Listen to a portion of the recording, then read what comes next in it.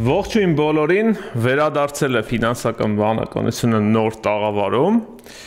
բայց խոսելու ենք մի թեմայից, որին շատ երկար պատրաստվել ենք, հենց առաջին էպիզոդից երևի մտածել ենք այս թեման մի օր անպայման անելու ենք, ներկայացրա Վլադ ջան։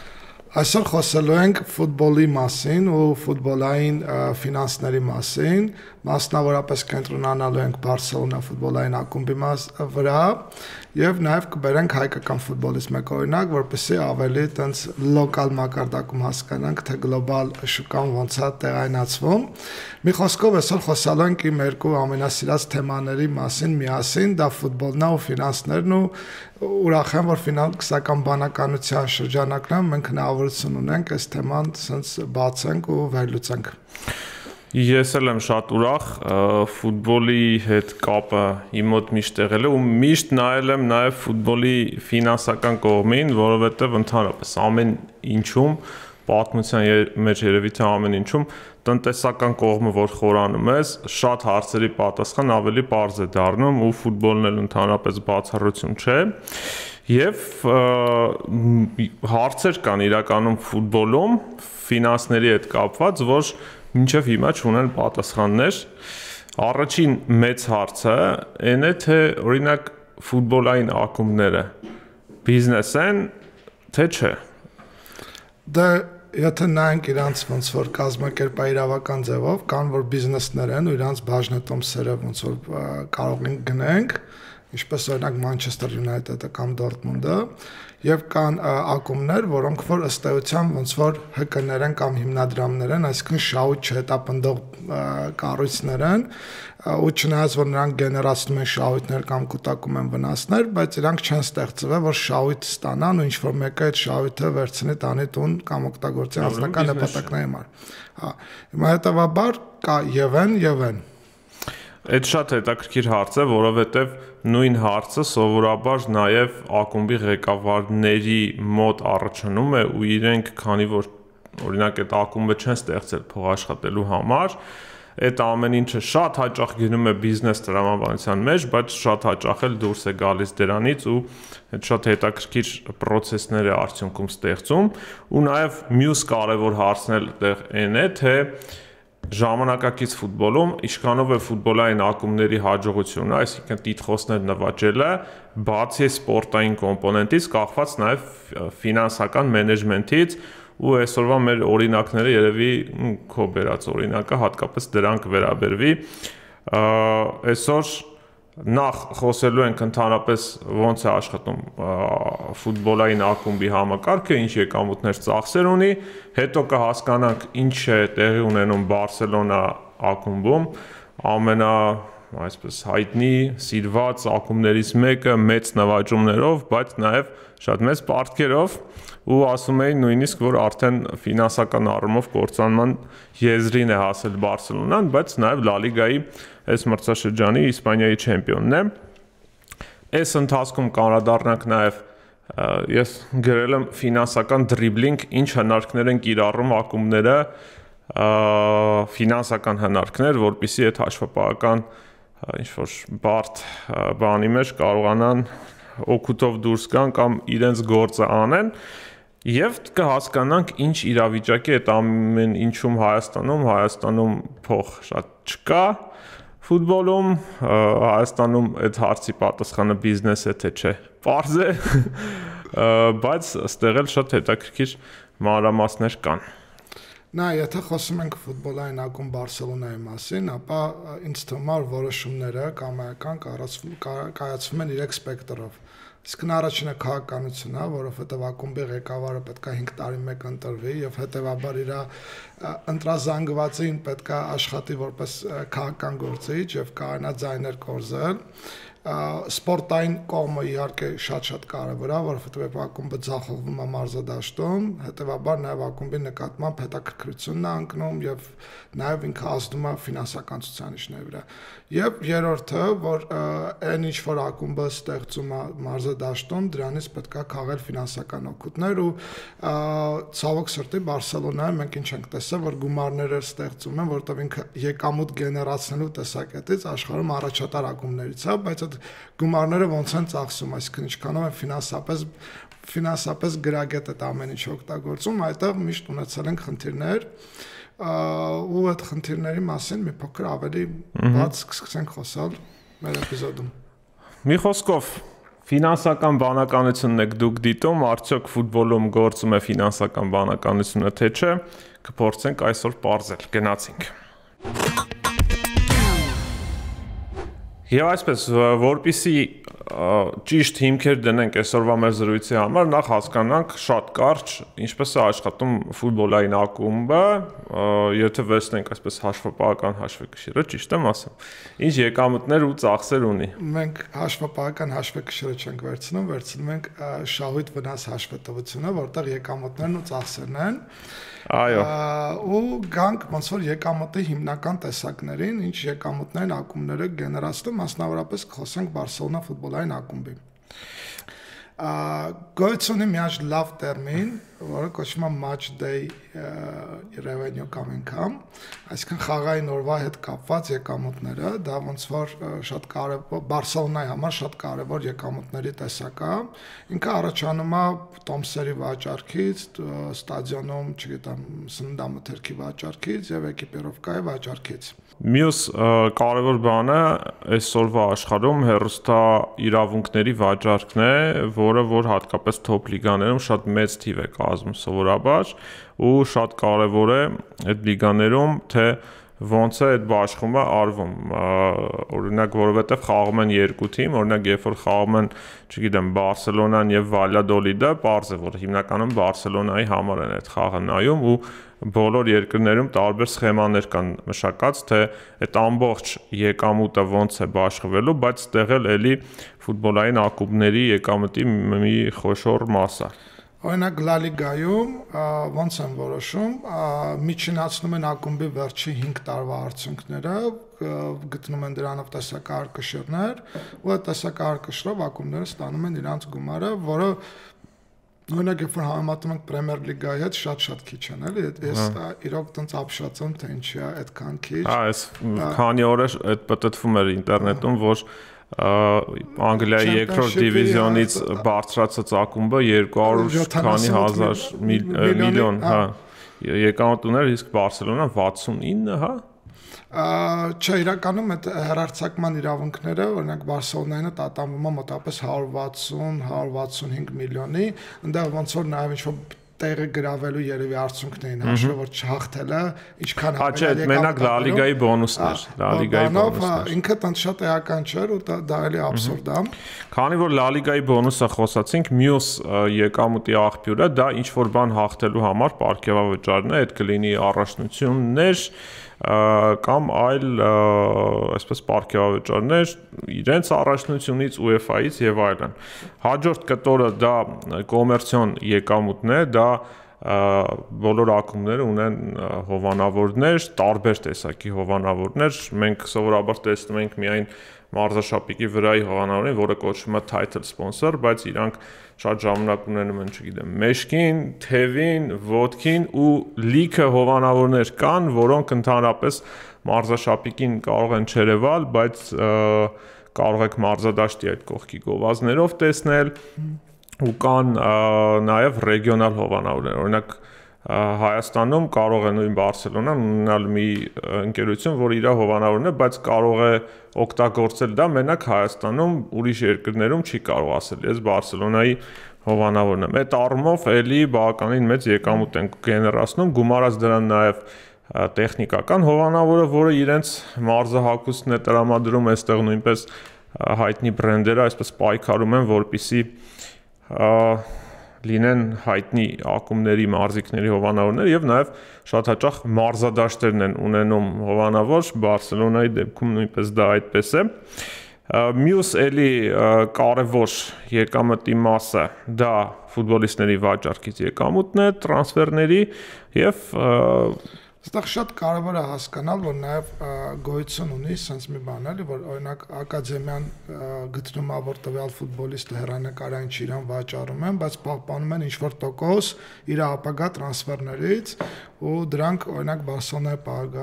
պարագայում ավելի էական են, քան հետո հիմնական թիմի ֆուտբոլիստների վաճառքից, որտեղ սովորաբար հիմնական թիմի ֆուտբոլիստների վաճառքից տենց առանձնակի եկամուտ չի ունենում։ Մի բացառություն կարամ ես հիշեմ, դա Նեյմարի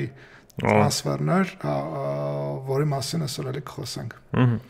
Եվ բնականաբար բոլոր նմանատիպ հաշվեկշիռներում լինում է ինչ-որ այլ եկամուտներ տողը, որը արդեն մանր-մունր ուրիշ եկամուտներ։ Իսկ ծախսերի մասով էլի շատ այսպես խոշոր խմբեր կան, առաջին հերթին դա ֆուտբոլիստների եւ մնացած անձնակազմի աշխատավարձն է, որը երբեմն շատ մեծ կարող է լինել, հատկապես երևի Բարսելոնայի դեպքում, այդ կխոսենք, մյուսը տրանսֆերների համար վճարված գումարներն է, որ վճարում են ուրիշ ակումբներին ֆուտբոլիստներ բերելու համար։ Այդտեղ պետք է մի հատ կարևոր բան անենք, որ օրինակի համար բերեք վերցնենք հենց Նեյմարի, քանի որ խոսացինք, երբ որ ակումբը վճարում է ֆուտբոլիստի համար 222 միլիոն դրամ, դոլար, եվրո ավելի ճիշտ, բանը, այդ միանգամից ծախս չի համարվում, այլ եթե պայմանագիրը կնքել են 5 տարով, իրան ամորտիզացնում են, ամորտիզացիան ինչա, որ այդ պերիոդի համար քիչ-քիչ մաս-մաս են ծախս ճանաչում, ու այո, Բարսելոնան այն ակումբներից է, որ այդ ամորտիզացիոն ծախսերը, այսինքն տրանսֆերների համար վճարված, ավանդաբար շատ բարձր է ունեցել, հիմա մի փոքր կարգավորվում է, որովհետև վերջ տարիներին տենց առանձնակի շատ մեծ, նու չհաշվենք Ռաֆինյա բանա, Լևանդովսկի, տենց ինչ-որ մեծ գնումներ չի, 100 միլիոն պլյուս տրանսֆերներ չունենք արած, հետևաբար հնուց կուտակված ոնց որ այդ տրանսֆերային ամորտիզացիոն ծախսերը դեռ շատ են։ Սա ծախսերի ամենախոշոր խմբերն է, դե բնականաբար լինում են ծախսեր նաև այդ նույն մատչդեերի կազմակերպման հետ, որպեսզի ապահովի խաղի կազմակերպումը, այդ կլինի ստադիոնի ինչ-որ ապահովում կամ եթե օրինակ վարձով են վերցնում ստադիոնը, այդ վարձավճարները բնականաբար ակումբային ենթակառուցվածքի ակումբային ստրուկտուրայի պահպանման ծախսերն են նաև մտնում, եթե կա ենթակառուցվածքային այլ ծրագրեր դրա ծախսերն են, օրինակ հիմա Բարսելոնան նույն կառուցում է մարզադաշտ ու նաև լինում են ֆինանսական ծախսեր, օրինակ երբ ակումբը, չգիտեմ, վարկ է վերցնում կամ այլ ֆինանսական գործիքներից է օգտվում, ասես կարող են ամփոփել ինչ-որ վարչական ծախսեր, այս էլ ֆուտբոլային ակումբի հիմնական ծախսերն են։ Ու այս ամեն ինչի մեջ արդեն մնում է, այսպես ճիշտ խաղալ, ճիշտ տակտիկական ինչ-որ սխեմաներ գծել եւ հասկանալ ինչ է կատարվում։ Բայց մի շատ հետաքրքիր բան կա, որ մինչեւ Բարսելոնայի ֆինանսների մեջ խորանալը շատ կարևոր ինֆորմացիա, ուրեմն ուսումնասիրություն է կատարվել եւ ինչ է պարզվել, որ ֆուտբոլիստների աշխատավարձի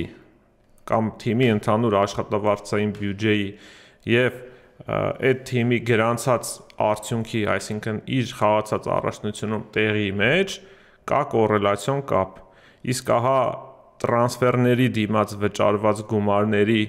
եւ թիմի գրաված տեղի միջև կոռելացիոն կապ չկա։ Ինչը դա նշանակում, նշանակում է, որ շատ ավելի կարևոր է դու ինչքան աշխատավարձ կվճարես, այդ ավելի օպտիմալ կարող է քեզ բերել նրան, թե դու ինչքան բարձր տեղ գրավես, քան թե ինչքան փող ես դու վառում տրանսֆերների վրա, չնայած հիմա մի քիչ կովիդից հետո որոշ սթափություն իջել է, բայց ամեն դեպքում այս տրանսֆերային այդ գումարների շռայլումը վերջին 15 տարիներին կամ 20 տարվա ընթացքում նույնիսկ երևի սկսած 2000-ականների կեսից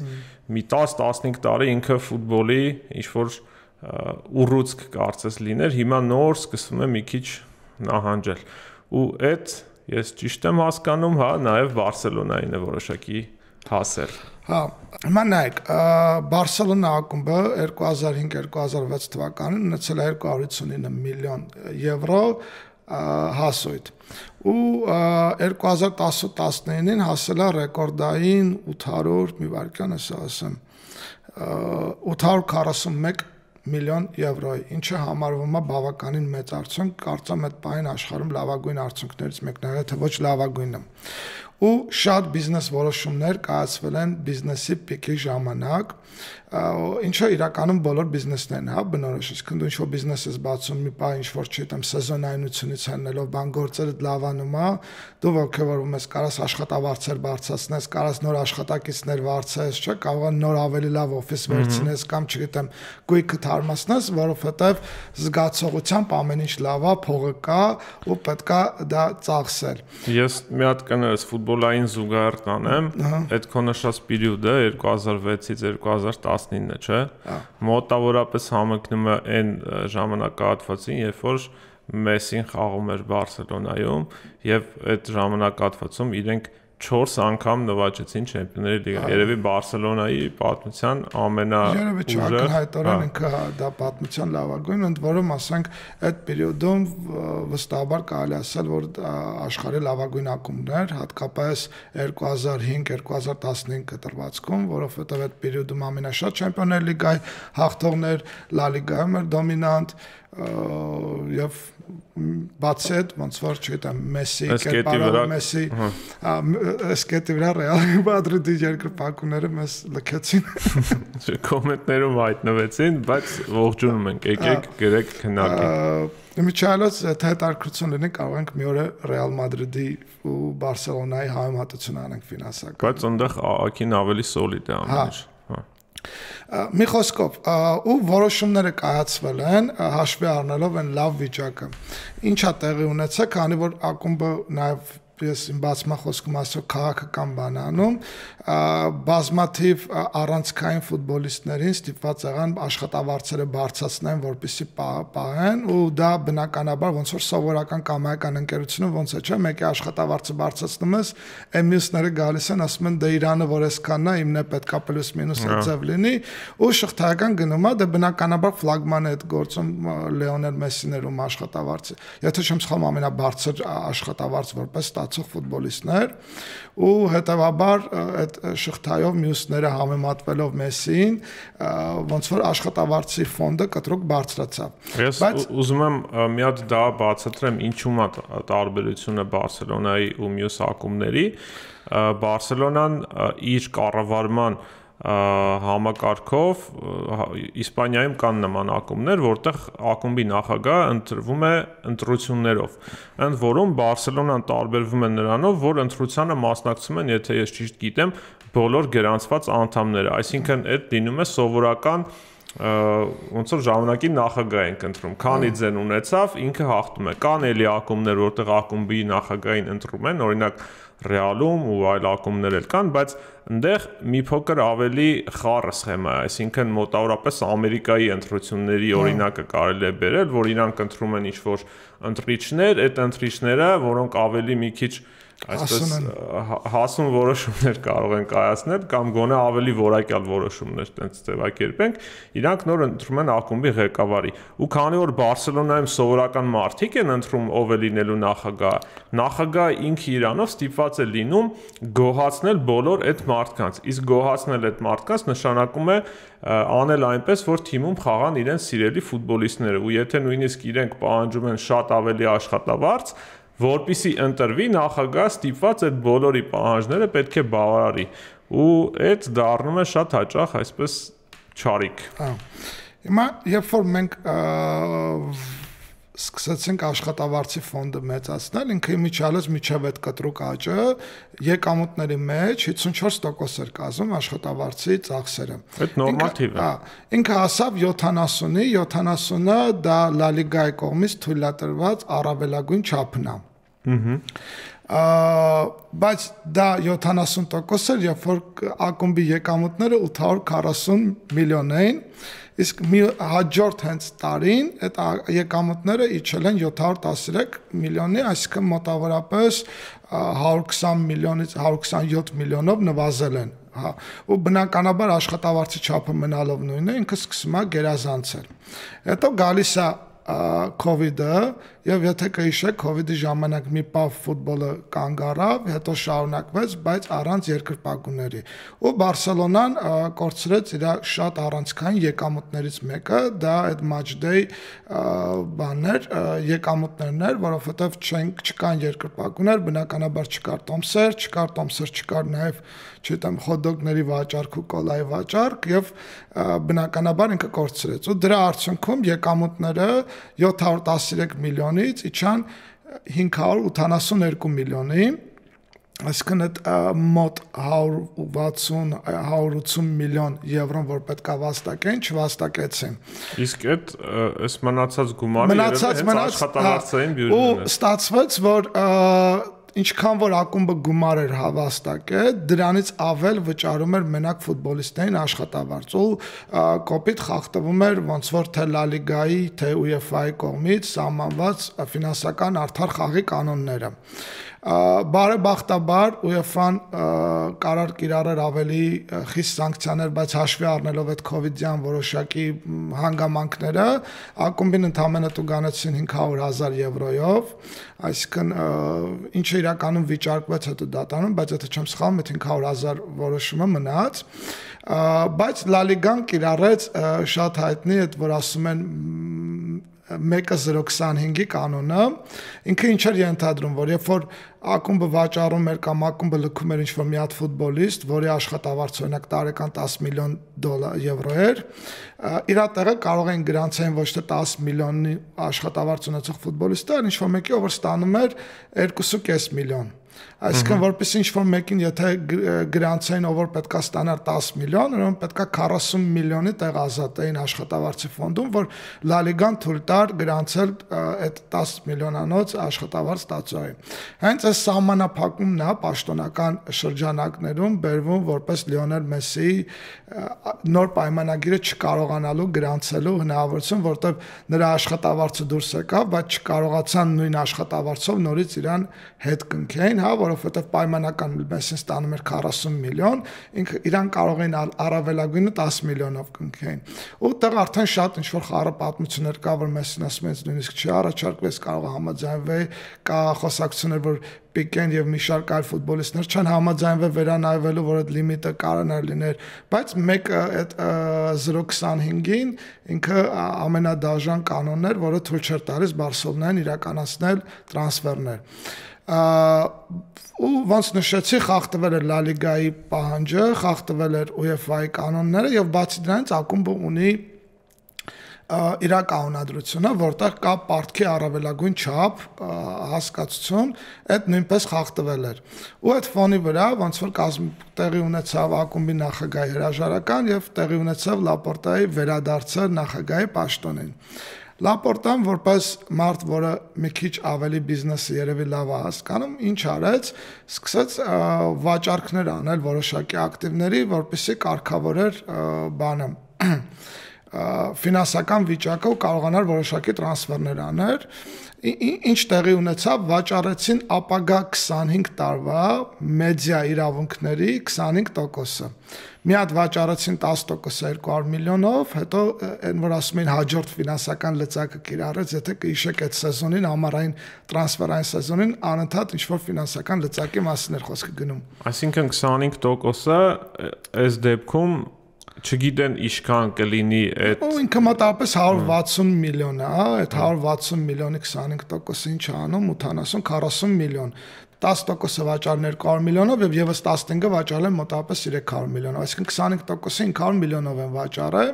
Հիմա եթե հաշվենք 40 միլիոն անգամ 25, ոնց որ այդքան գումար ստանալու իրավունքը մոտավորապես վաճառվել է մոտավորապես կես կենա, այսինքն 1 միլիարդը կեսով ունի, բայց փողի ներկա արժեք, ոնց որ դրանով երևի հաշվարկը ինչ որ եկել են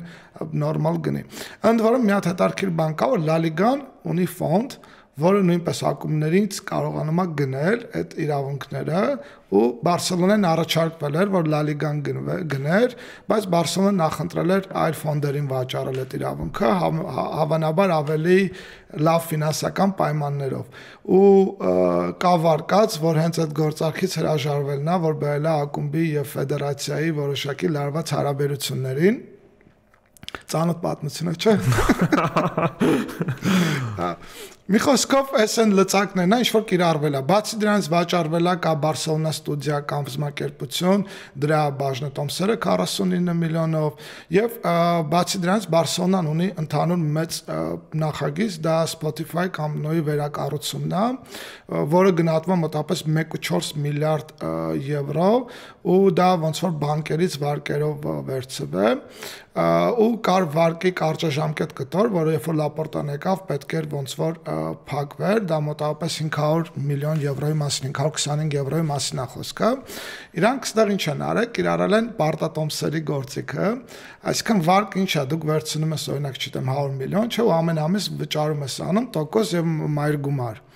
Իսկ պարտատոմս ես թողարկում, պարտատոմսի գործունեության ամբողջ պերիոդում դու մենակ տոկոսն ես վճարում եւ կարողանում ես մարման պերիոդում նոր պարտատոմս թողարկես, մարես հինը ու նորից ոնց որ կոպիտ ասած առանց մայր գումարը մարելու միշտ տոկոս վճարես, հա, ինչը կանխիկի շարժի տեսակետից ակումբում թույլ է տալիս ավելի երկար ժամանակ կանխիկ ունենալ ու վճարունակությունը պահպանել։ Հիմա այս պայդրությամբ Բարսելոնայի ընդհանուր պարտքը գնահատվում է մոտավորապես 1.7 միլիարդ եվրո, ու ասենց ինչ որ լիքը վատ բաներ ենք ասում, բայց ինչն է հեռանկարը, հեռանկարն է նա, որ վերադառնալով ստադիոն, այդ match day եկամուտը կտրուկ կավելանա, ստադիոնի վարձակալության ծախսերը կնվազեն, եւ բացի դրանից ոնց որ ակումբի սպորտային հաջողությունը թույլ կտա ավելի հետաքրքիր հովանավորչական պայմանագրեր կնքել եւ նաեւ ինչ ոչ ոնց որ մրցանակների առումով էլի ոնց որ շատացնել ակումբի եկամուտները 20 այս տարվա համար, որը կավարտվի հունիսի, իրանց մոտ ոնց է հուլիսի 1-ից հունիսի 31-ն է, ֆինանսական տարին հաշվարկվում, այսինքն սպորտային մրցաշրջանով, հա, ոնց որ բյուջեով դրված է, որ պետք է 5 միլիոն շահույթ ունենա։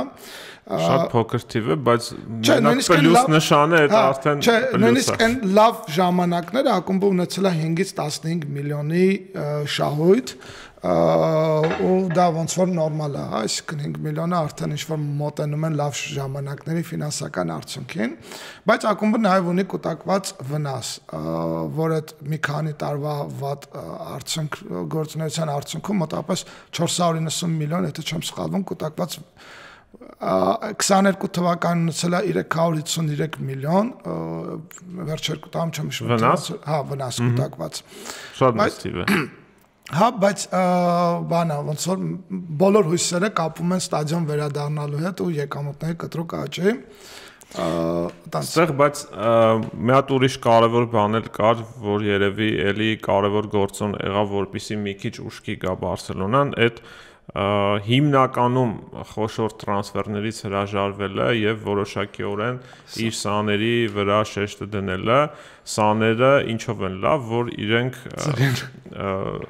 նախ տրանսֆերի վրա գումար չես ծախսում եւ երկրորդ, քանի որ իրենք քո համակարգում են այսպես մեծացել, դու իրենց առաջին գործատունն ես, այսպես ասած, ստացվում է, որ իրենք շատ մեծ աշխատավարձային ախորժակով չեն գալիս, հատկապես երբ 16 տարեկան են ընդամենը, ու ստացվում է շատ լավ, այսպես վիճակ, որովհետեւ կարողանում ես նույն խաղը խաղալ ավելի փոքր ծախսերով։ Սա երևի մի հատ կարևոր էլի գործոն էր, որ թույլ տվեց ու միշտ հարց է առաջանում Բարսելոնայի նմանատիպ այլ ակումբների դեպքում էլ, օրինակ հիմա այդ ծանր վիճակը ստիպեց իրենց ուշադրություն դարձնել սաներին, թե ուղղակի լավ սերունդ կար սաների, որ անկախ ամեն ինչից ուշադրություն էին դարձնելու,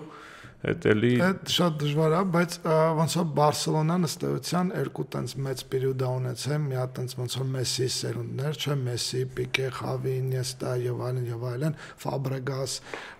ոնց որ տենց աստղային սերունդ ունեն ու դրանից հետո ոնց որ այս սերունդն է, որը էլ է տենց շատ մեծ հույսեր է տալիս ու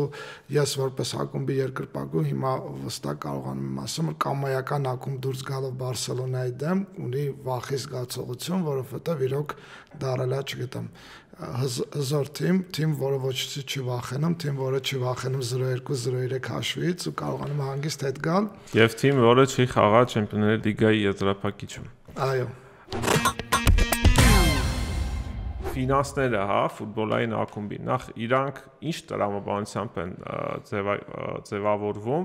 ոնց կարելի է դասական բիզնեսի հետ համեմատել։ Օրինակ, չգիտեմ, դասական բիզնեսը ստեղծում է ինչ-որ պրոդուկտ կամ ծառայություն, դա վաճառում է եւ դրա դիմաց ստանում է եկամուտ։ Հիմա նույնը հասկանանք ֆուտբոլի դեպքում, ինչ է ստեղծվում։ Այս էլ է շատ հետաքրքիր հարց։ Այդ հարցերի ինձ ամենախելքին մոտ դուր եկած պատասխանը այն է, որ ֆուտբոլային ակումբը ստեղծում է կոնտենտ, բովանդակություն, որ մարդիկ սպառում են տարբեր եղանակներ կան,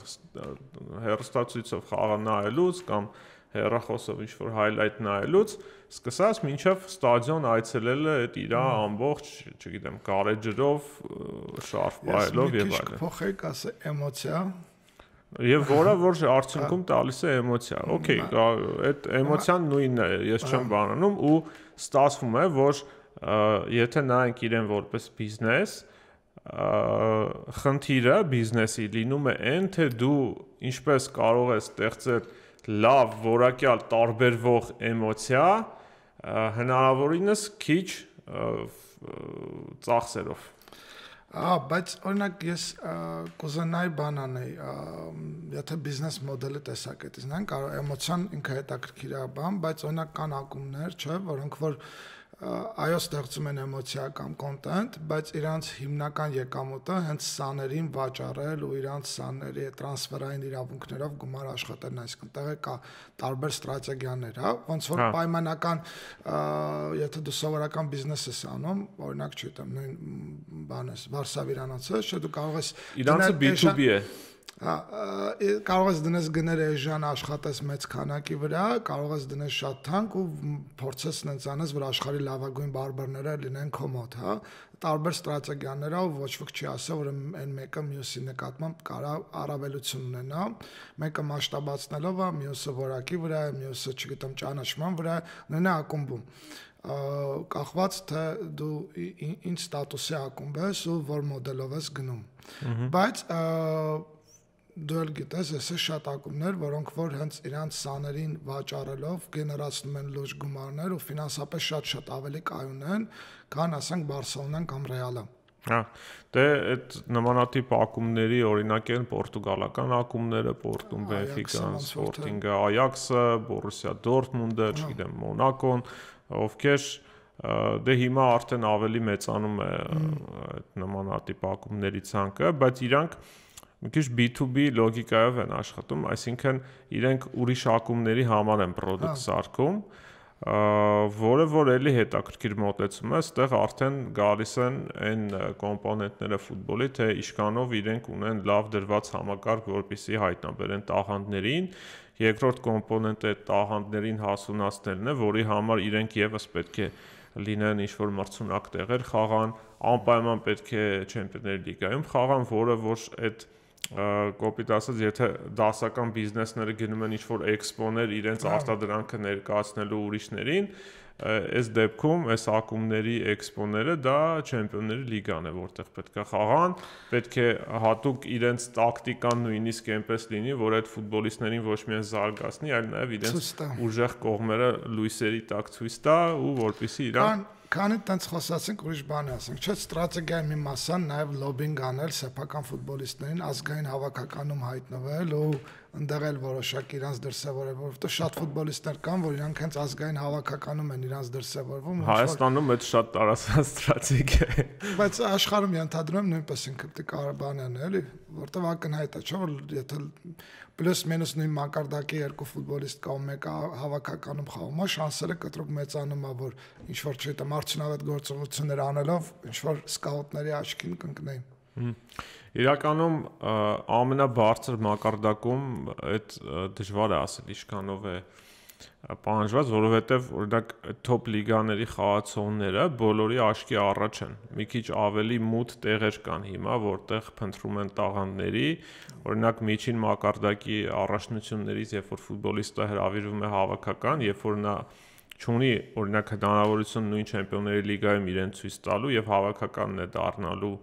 միակ իր այսպես էքսպոն, այդ ժամանակ դա ավելի է կարևորում։ Օրինակ շատերին թվում է, թե միայն հայրենասիրությունն է, որ Ռուսաստանաբնակ շատ հայ ֆուտբոլիստների բերեց Հայաստանի հավաքական, բայց նաև այն է շատ կարևոր իրանց համար, որ իրենք հնարավորություն ունեն Հայաստանի հավաքականում իրենց ցուցադրելու աշխարհին։ Ուրիշ ստրատեգիաներ էլ կան իրականում, եթե մի փոքր գնանք Անգլիա, որ տարբերվում է իր ֆուտբոլային ինդուստրիայով եւ այդ առումով երևի թե առաջատարն է, այնտեղ իրոք կարողանում են այդ էմոցիան իր ամենատարբեր ձևերով լրիվ իրացնեն ու դրա հաշվին շատ մեծ եկամուտներ գեներացնեն։ Ես կուզենայի բերեի Տոտենհեմի օրինակը, որը որ հիմա վերջապես տիտղոս նվաճեց ու հիմա այդքան էլ տարօրինակ չի թվում այս փաստը, բայց մինչև այդքան տարի չունենալով տիտղոս Տոտենհեմը հատկապես իր մարզադաշտի կառուցելուց հետո, որը որ ժամանակակից շատ թույլ ամեն հնարավորություններով մարզադաշտ էր, դրա շնորհիվ կարողանում էր կոնկրետ match day revenue-ի մասով շատ լուրջ փողեր գեներացնել ու այդ եւս այդ ակումբային ենթակառուցվածքները հիմա էլի շատ կարեւոր է Ռեալը ավարտեց իր ստադիոնի ռեկոնստրուկցիան ու հիմա Բարսելոնան է նույնը անում ու շատ տեղեր կա այս վերջին 10 տարվա մեջ երևի այս ակումբների թարմացման մի ալիք էր, որը հիմա Manchester United-ն է պլանանում, սա հասկանում են, որ առանց հենց մարդկանց այդ կենթանի էմոցիան, փորձառությունը, experience-ը տալու իրանք շատ մեծ ապագա եկամուտներ կկորցնեն ու այդ եւս այսօր շատ կարեւորվում է։ Մի հատ բան է ուզում ասել, ես ոնց որ վատ կառավարման հետ կապված մի հատ հարց տամել, ես քեզ ֆուտբոլային ակումբ Բարսելոնան ինչքան գումար է ստացել, երբ որ Նեյմարը վճարեց իր հրաժարագինը ու տեղափոխվեց Paris Saint-Germain։ Հենց ինչքանն է եկել հասել Բարսելոնին։ Չգիտեմ։ Բայց ԱԱԿ-ին այնտեղ արանքը 40 միլիոն կորել է, ընդ որում այդ ինչի է կորել, որովհետև շատ տենց, չգիտեմ, այդ դա հենց այդ պայմանավորվածությունների փուլում վատ բանակցելու կամ չկանխատեսելու արդյունք է։ Օրինակ 8 միլիոն եվրո ստացել է ինչ-որ մեկը, ով որ զբաղվում է բանը Ամերիկայում ոնց որ սկաուտական գործունեությամբ ու չգիտես ոնց է տոկոսներով, որ ինքը բանը ունեցել ապագա բանով, 8 միլիոն ուղղակի ինքն է ստացել ու գործարքի հետ կապ չունեցող լիքը մարդ էլի գումար է ստացել։ Նաև նմանատիպ բաները բերում են նրան, որ ակումբը շտապելով այդ PR-ի է, քաղաքական էլեմենտ անելով, որտեղ Նեյմարի տրանսֆերը նույնպես է, բաներ, եթե կհիշես Բելին զուգահեռ տեղի ունեցավ Նեյմարի ու ոնց որ այդ ակումբների մրցակցության, հա, տրանսֆերային շուկայում ոնց որ բաներ, բալանս պահելներ ու այդ շտապողականությունը բոլորին դուր գալը հանկարծ թույլ չերևալը բերում է նրան, որ դու բանակցությունների ժամանակ ստիպված ես լինում ինչ-որ տեղեր զիջումների գնալ կամ պրոցեսը արագացնելու համար ինչ-որ բաների վրա աչք փակես։ Ու դա ոնց որ նույնպես Բարսելոնայում տեղի է ունեցել ու բազմաթիվ, չգիտեմ, բաներ կա, չէ՞ որ Ատլետիկ Մադրիդի հետ ինչ-որ գումար են վճարել, որ ինչ-որ մի հատ ֆուտբոլիստ տրանսֆեր չանեն եւ այլն, այսինքն նմանատիպ ինչ-որ տարօրինակ գործարքներ է տեղի ունեցել։ Դա ուղղակի ակնհայտորեն վատ կառավարման արդյունք է։ Այդ հարցը իրականում իհարկե հռետորական է մի քիչ, բնականաբար չեն կարող լիարժեք պատասխանել, բայց ամեն դեպքում էլ այդ ֆինանսական մենեջմենթը ինչքան դեր ունի ակումբի հաջողության մեջ, երևի թե գլխավոր կոնկրետ ֆինանսական մենեջմենթը այդքան չէ, ինքը կարող է բերել ինչ-որ ողբերգությունների ու կրիզիսների, օրինակ երբ որ ստիպված ես բաց թողնել այնպիսի խաղացողի, ինչպիսին Մեսին է, անկախ տարիքից, կամ օրինակ նույն այս տարվա սկզբում խնդիր կար ֆուտբոլիստների գերանցման, չէ՞։ Տարվա կեսին է կար։ Տարվա։ Ոնց որ ավարտին էլ կա այդ խնդիրը։ Հա, իրականում նա վճարել, չգիտեմ, 50 միլիոն Օլմոյին բերել, բայց այդ բան չունենալ հստակ ծրագիր, թե ոնց է տեղավորցնում իրան աշխատավարձային ֆոնդի մեջ, դա ակնհայտորեն վատ ֆինանսական կառավարում է։ Եվ եթե Քրիստենսենը չստանար տրավմա, ասենք մեծ հաշվով, մեծ հավանականությամբ չեն կարողանալու գրանցային Օլմոյին, այսինքն վճարել են մարդուն տրանսֆերի համար, որ հետո որպես ազատ գործակալ թողնելու են գնալ։ Իսկ ուղղակի 50 միլիոն վառելու են այն պերիոդում, երբ որ ակումբը ամեն մի եվրոյի ոնց որ խնայողության կարիք ունի։ Բայց կան նաև ինչ-որ գործիքներ, մի հատ հիմա տրանսֆերի մասին կխոսամ, որը քեզ էլ է շատ հարազատ, դա բաններ Արթուրի եւ բանի Պյանիչի, այո, Պյանիչի փոխանակումները ստեղության երևի երկու ֆուտբոլիստ, որոնք ոչ մի առանցքային դեր չունեն ոչ Բարսելոնայում, ոչ Յուվենտուսում, այդ պայի դրությամբ ինչ տեղի ունեցավ, մի քիչ այդ որ այդ պայն չունեն։ Ինչ տեղի ունեցավ, այսինքն ակումբին պետք էր նկարած եկամուտ, հա, իր հաշվետվությունները, պայմանական, ասենք, եթե չեմ սխալվում, Արթուրի համար վճարել են 40 միլիոն, ինքը 2 տարի մնացել էր 4 տարվա պայմանագիր էր, այն որ ասում են 40 միլիոնը, կիսում ենք ամեն տարի ծախս ենք ճանաչում, հիմա 20-ներ մնացել, իրան վաճառեցին իբր թե Յուվենտուս 60-ով, ու ինչ եղավ, որ եղավ 60 եկամուտ, 20 ծախս, 40 շահույթ, եւ հակառակը Պյանիչի նույն 60 միլիոնով գնեցին, ու պետք է այդ 60 միլիոնը ծախս ճանաչեն 15-15-ով պայմանական 4 տարվա մեջ, հա։ Իսկն այդ ընթացքում ոնց որ նկարվեց շահույթ, եթե չեմ սխալվում, Յուվենտուսը դրա համար ինչ-որ պատիժ կրեց, չէ՞, թե ինչ-որ տես բանում կար։ Պատիժ կրեց, բայց ոչ միայն դրա համար, բայց Բարսելոնան նույնը արել է նաև Վալենսիայից դարպասապանների փոխանակում արեց, այդ ընդհանրապես մի պա քիչ էր մնում մոդա դառնար ֆուտբոլային ակումբներում, բայց Իտալիայում հա դրան մի քիչ ծանր նայեցին, չնայած ավելի շատ երևի թե Յուվենտուսում ուզում էին Անյելին պատժեին դրա համար, բայց հա նմանատիպ հնարքներ Այդտեն դրիբլինգն է, ֆինանսական, որի մասին սկզբանը խոսում ենք։ Ես մտածում եմ, որ իրականում, եթե այսպես էլի բիզնեսի տրամաբանությամբ բերես,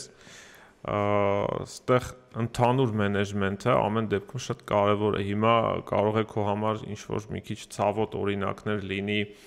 եթե բերեմ Ռեալի օրինակը, որը վերջին 10 տարում ինձ թվում է ամեն դեպքում Պերեսը շատ գերագետ կառավարում է իրականացնում, երևի այդ կառավարման հիմքում առաջին հերթին ոչ թե ֆինանսական մենեջմենտն է, այլ կադրային մենեջմենտն է, հատկապես թե ինչպես է ինքը ընտրում մարզիչների ու նաև ֆուտբոլիստների, որ հիմնականում կարողանում է շատ ճիշտ կազմ հավաքել, ինչը որ չուներ իր կառավարման առաջին 2000-ականներում, երբ որ ինչ-որ անկապ գալակտիկոսի հա, այնօր գիտես որն են, այն բան կար, չէ, ոնց որ Հայաստանի շուկայում կան տենց IT ընկերություններ, ուղղակի ինչ-որ գնով կապ չունի արժեքով, տենց ինչ-որ անուն հանած մասնագետային պրոստը հետ-հանտ էին անում, հետո տենց հասկացան, որ չէ, տենց չի բան անում, այսինքն չես կարա 11 հատ հարձակվողով Չեմպիոններ լիգա հաղթես։ Ու հատկապես բոլորը տենց 30+ տարիքում։ Շատ կարևոր է, հա, հատկապես կոնկրետ դաշտում ֆուտբոլիստներն են խաղում, մարզիչներ նրանց ղեկավարում ու ինչքան էլ, չգիտեմ, բնականաբար պետք է նաև հմուտ լինել, որպեսզի այն ինչը որ դու ստանում ես դաշտում, դրա բոլոր եկամուտները հնարավոր մաքսիմումում դու կարողանաս հավաքել եւ այդ ամեն ինչի ծախսն էլ շատ բարձր չպահել, որպեսզի նույն ֆուտբոլիստներին կարողանաս գնել ոչ շատ մեծ ծախսերով, այդ առումով էլ վերջին տարիներին Ռեալը բավականին գրագետ է խաղում, օրինակ կարողանում է դեռ իրենց արժեքը շատ չհանած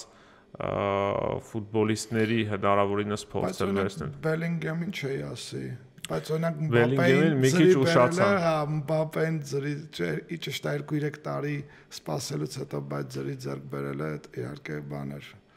Ֆանտաստիկ էր։ Այդ իհարկե մի քիչ բան էր, արդեն այսպես երկար ձգված պատմություններ, իրենք պատրաստ էին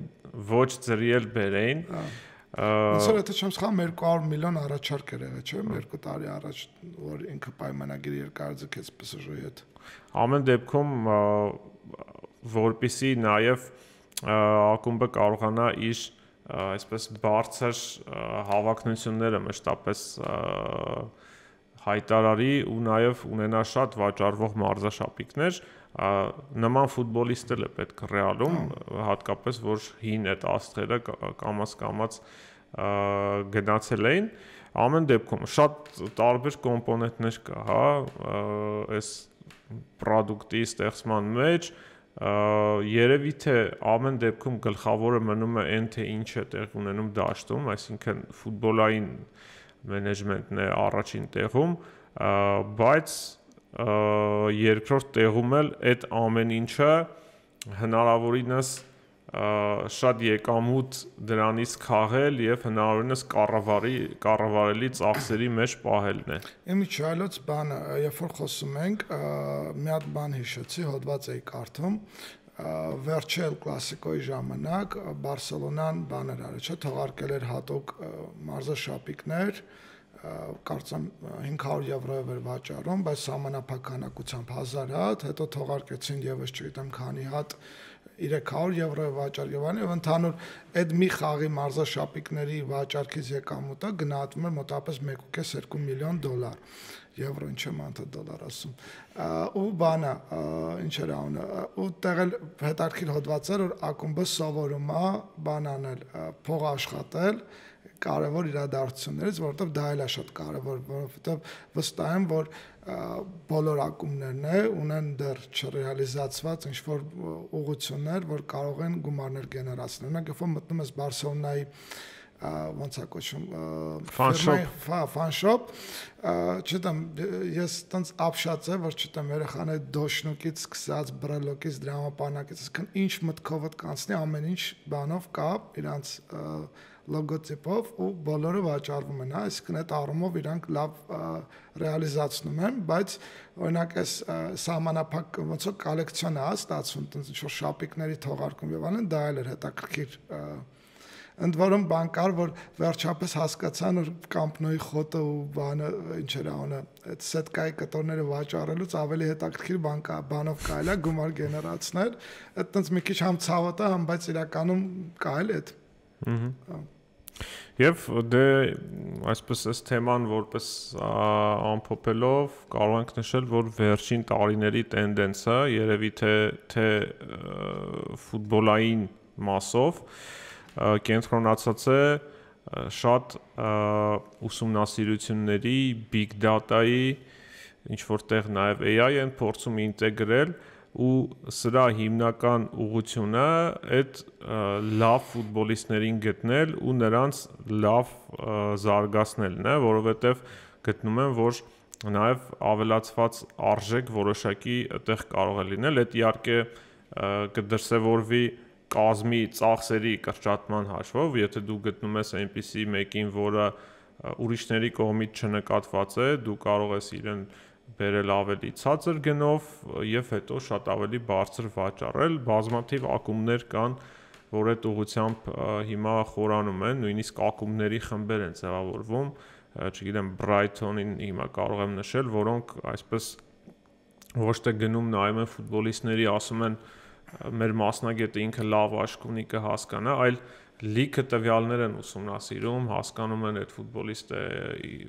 ինչպես է ինտեգրվելու, ինչ աճի պոտենցիալ ունի, ինչքան կարող է լինել իր ապագա գինը ու այդ տրամաբանությամբ են ամեն ինչ կառուցում, դրա պատողները արդեն կան, բայց այդ ապագայում կարող է այսպես էլ ավելի լուրջ գործոն դառնալ։ Ինդուստրիալ ֆինանսական կողմը լրիվ փոխի։ Հա։ Եվրոպականը ահագին խոսեցինք, հիմա հասկանանք այս ամեն ինչից ինչը կա Հայաստանում, ես առաջարկում եմ միատել անցնել եկամուտների ու ծախսերի այս հոդվածներով ու նշել Հայաստանում ինչը կա, ինչը չկա, որովհետև շատ բաներ չկան։ Սկսենք, առաջինը match day revenue։ Հայաստանում այդ մոտ է 0-ի, ակումբները գումար կարող են աշխատել խաղից, եթե միայն եվրագավաթային խաղ է, ընդ որում այդ շատ փոքր գումար է լինելու, ասենք մի ֆուտբոլիստի տարեկան աշխատավարձն դրանով չեն հանի։ Որովհետև առաջնության խաղերին, ովքեր չգիտեն, Հայաստանի առաջնության խաղերին մուտքը հիմնականում անվճար է կամ կարող ասենք 500,000 դրամ լինի։ 500,000։ Հա, 500 դրամից 1000 դրամ։ Երկրորդը հեռարձակման իրավունքներ, ստեղ էլ գրեթե գումար չկա, շատ փոքր գումար է թիմերին բաժին հասնում հեռարձակման իրավունքներից, եւ միայն երբեմն երբ որ իրանք եվրագավաթներում խաղում են ու որակավորման փուլում, ասենք ինչ-որ շատ հետաքրքիր թիմ է իրենց ընկնում թոփ ֆուտբոլային երկրից, այդ ժամանակ իրենք հնարավորություն ունեն ստեղի խաղը թանկ գնով վաճառել, այդ թանկ գինը, ասենք, կարող է լինել, չգիտեմ, $50,000 կամ մինչև $100,000, այդպես ասենք, բայց այդ պետք է լինի, ասենք, չգիտեմ, Բունդեսլիգայից կամ ասենք օրինակ Չելսին, որ խաղար Հայաստանում, ահագին գումար կարել էր, այդ Չելսին երևի թե հնարավոր չլիներ, որովհետև այդ մենակ եվրագավաթների որակավորման փուլում է, երբ որ խաղի հեռարձակման իրավունքը քոնն է։ Հենց սկսվում է հիմնական փուլը, հեռարձակման իրավունքը պատկանում է UEFA-ին, եւ դու գումարը ստանում ես արդեն այդ ընդհանուր UEFA-ի գումարի մեջ։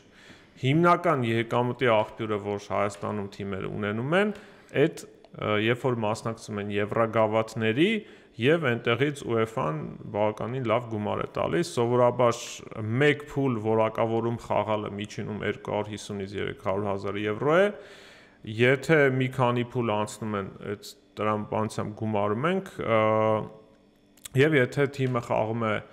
օրինակ կոնֆերենցիաների լիգայի խմբային փուլում, հնարավորություն ունի 3-ից 5 միլիոն եվրո գումար վաստակել այդ մրցաշրջանում, որը Հայաստանի համար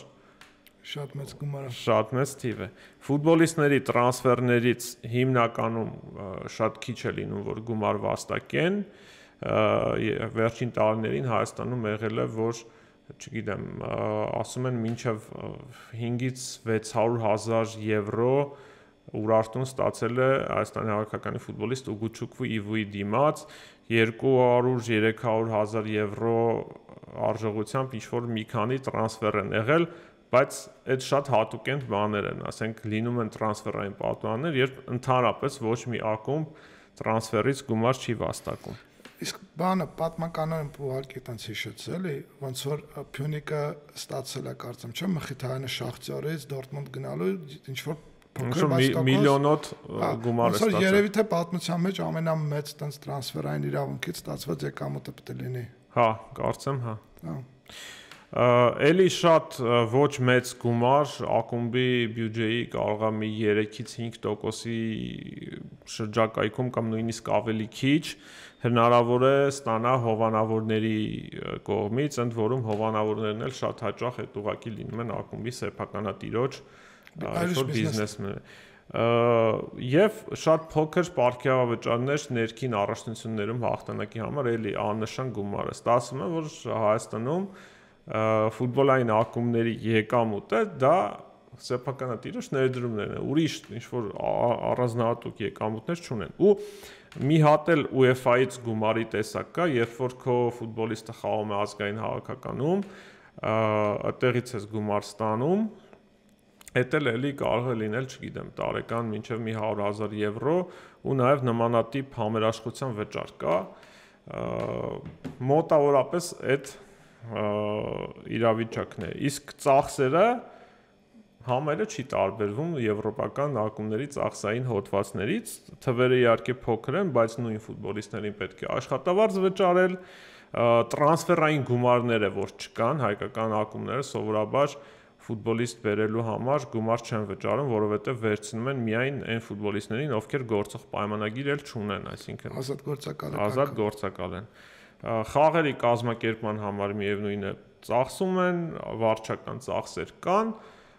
մնացած ամեն ինչ նույնն է, այսինքն եկամուտ չկա, ծախսեր կան։ Կարող մի բան հարցնեմ, էլի։ Իսկ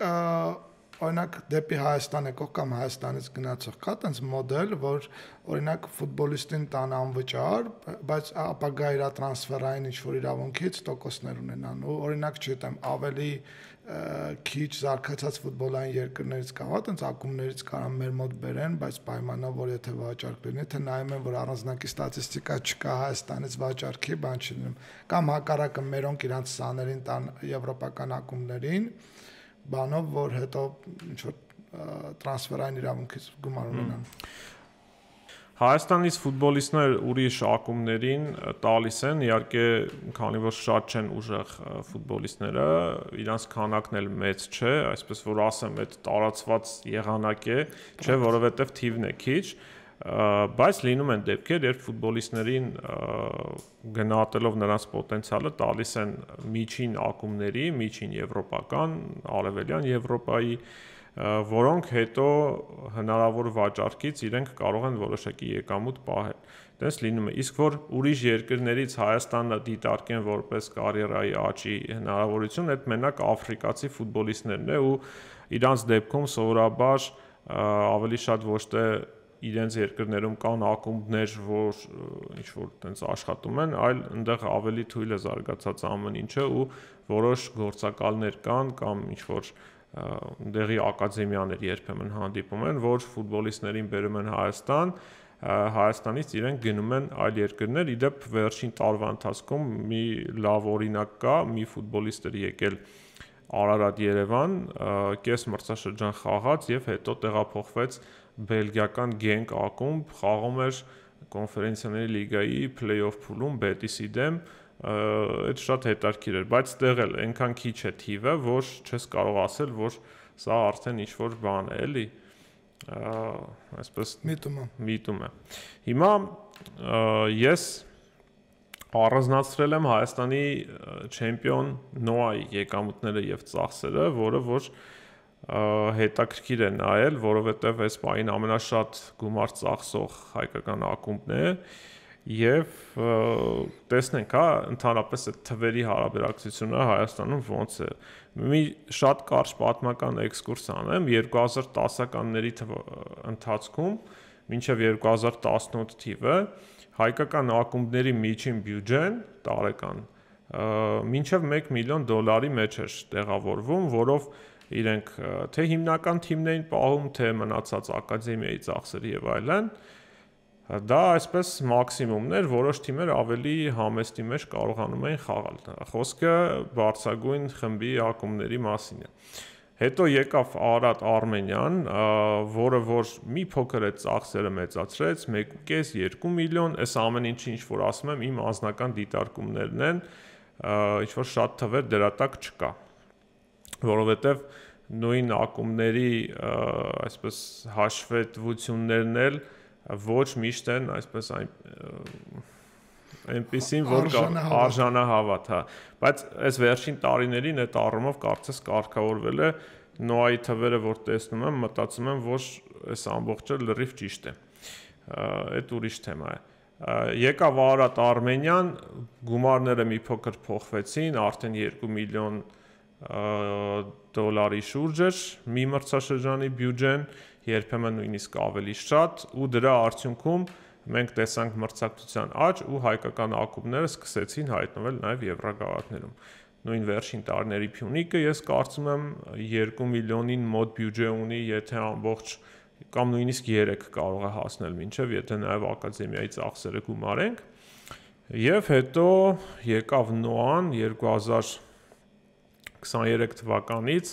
ու սկսեց արդեն այսպես նոր ալիք հաղորդել ներդրումների շատ ավելի մեծ բյուջե սահմանելով։ Հիմա մենք ունենք 2024 թվականի Նոայի բյուջեն եւ ինչ հետաքրքիր այսպես միտումներ այստեղ կա։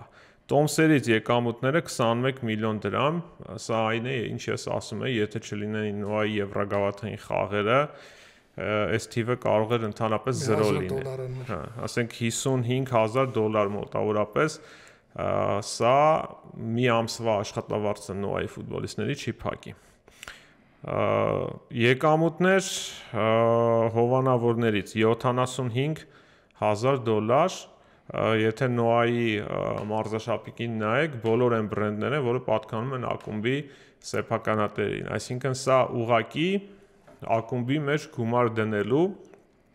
այլընտրանքային եղանակ է։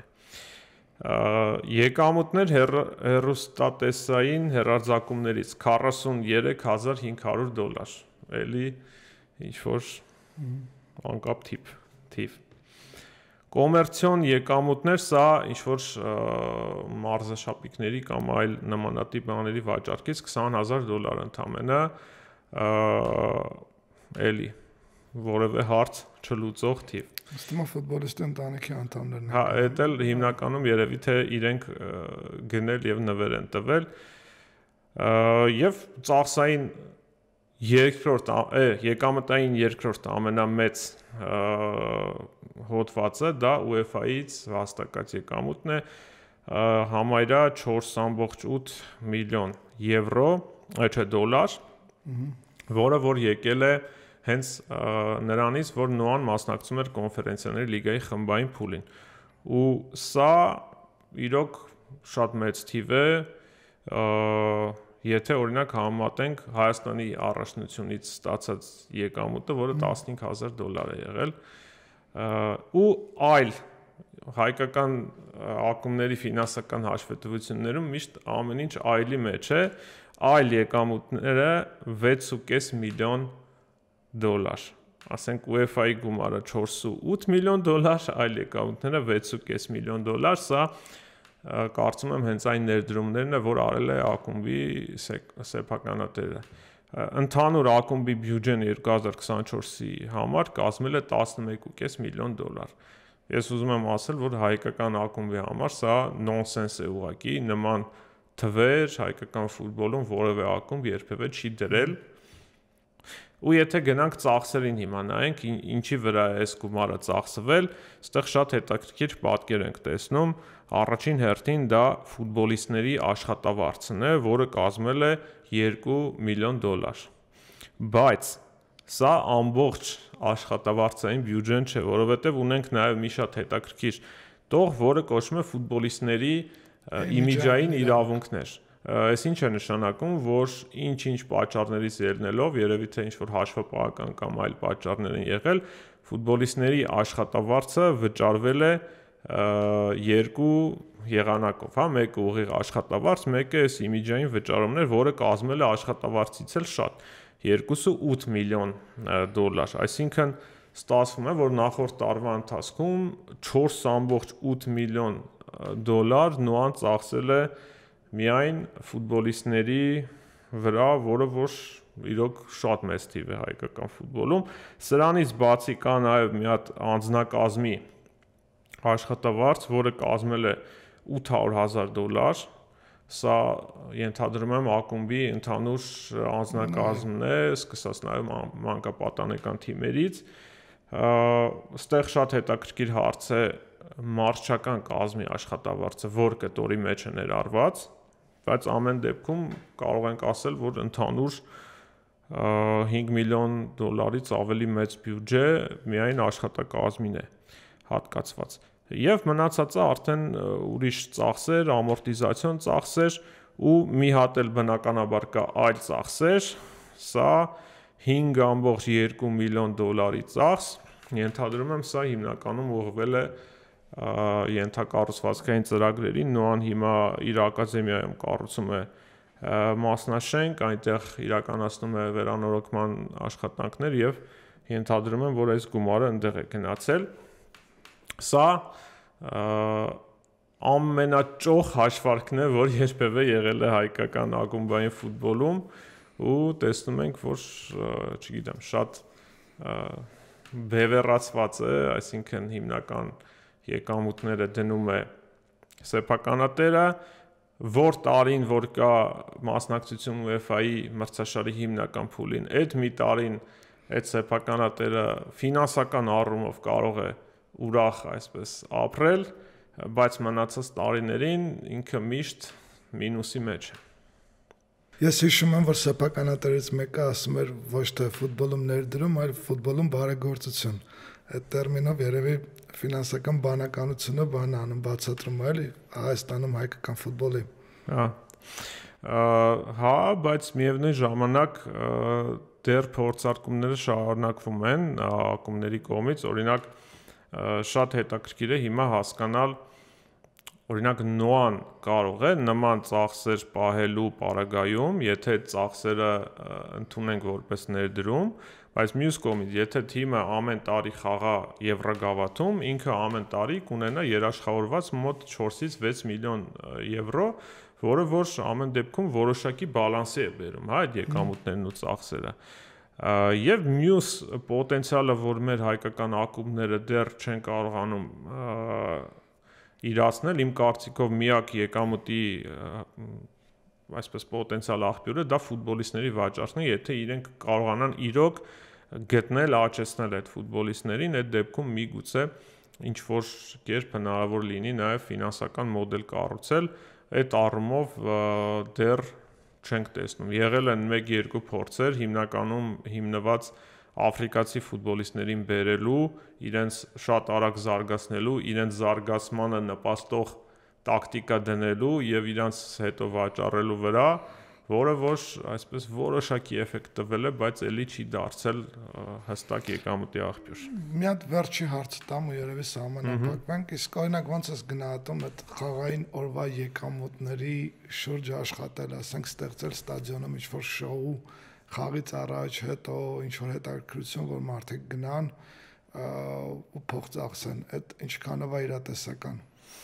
Այսօրվա պայմաններում ինքը ընդհանրապես իրատեսական չէ, այսօր ցանկացած ստադիոն Հայաստանում առկա մուտք գործելը ինքը չի ապահովի քեզ այն էմոցիան, որ դու կարողանաս, ասենք, չգիտեմ, ընտանիքով կամ այլ կերպ գնաս ու պատրաստ լինես դրա դիմաց փող ծախսել։ Եթե մի օր մենք ունենանք հետաքրքիր ստադիոն, ինչը որ նույնպես կախված է ներդրումների հետ, առնվազն, չգիտեմ, $25 միլիոն երևի պետք է ամենամինիմալ ստադիոնը սարքելու համար, եթե դա մի օր ունենանք, միգուցե այդ ժամանակ այս